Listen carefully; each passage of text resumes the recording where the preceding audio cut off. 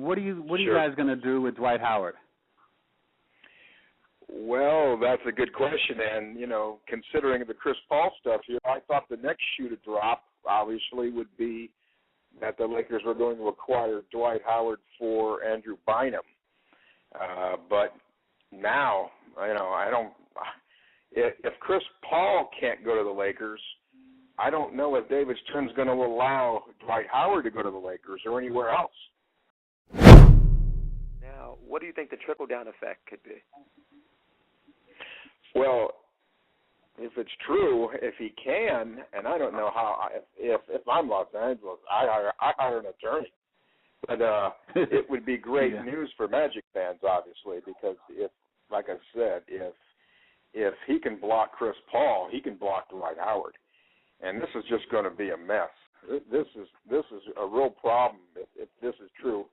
And in the end, I really can't see how they can stop it. And what's even crazier is that this is the league-owned Hornets. This is David Stern's team. And this isn't a surprise. Everybody's been talking about Chris Paul going to the Lakers for months. So this just couldn't have crept up on them. Brian, let me ask you this. With the Orlando team, let's just say they want to keep Dwight and they can keep Dwight. What moves and what do you think they need to do to bring the proper players around him for him to want to re-sign after the year? Let's say they can't trade him. Are you going to let Jason Richardson go? Are they going to amnesty Gilbert Arenas? What are you hearing down there? Well, they have 2 years to amnesty Gilbert. I would think they would do it this year. If this Chris Paul deal has any, repercussions, Dwight can't leave.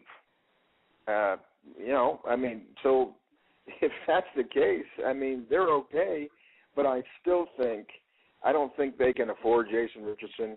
I think they're going to have to take a step back, maybe 2 steps back, and try to get under the cap to get a better free agent in. Do it the way that you should do it instead of the way these guys are forcing trades like Chris Paul and Carmelo Anthony did. So I think that has to be the Magic's thinking, to kind of clear up some room so you can get somebody else or a couple pieces in there because really what they have right now, they can't compete for a title. You've been there from the beginning. Who's the real Superman? Is it Shaq or is it Dwight? Who's the real Superman? Who comes out the phone? Shaq or Dwight? Well, if you were holding a gun to my head, I have never seen a specimen like Shaquille O'Neal in my life. There's just never been that kind of force in basketball. 7'1", 340 pounds, and you guys would probably remember when he was a young man. He could run the floor. He could do a lot of things at that size, and I don't think the NBA is ever going to see something like that again. Dwight's pretty close. He's Shaq-like. He can do a lot of things, but if you saw in the last couple of years when Dwight would stand next to Shaq, it wasn't even close. Shaq just towered over the kid. But Dwight can do a lot of things. He's really improved since they drafted him in 2004 as an 18-year-old out of high school.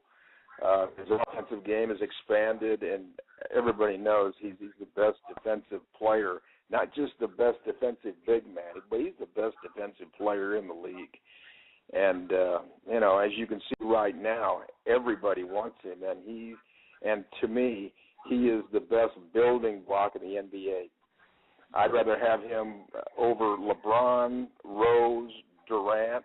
Obviously I see him all the time, but I'm telling you, if you're going to win a championship, and most of them are won with bigs, that would be your guy.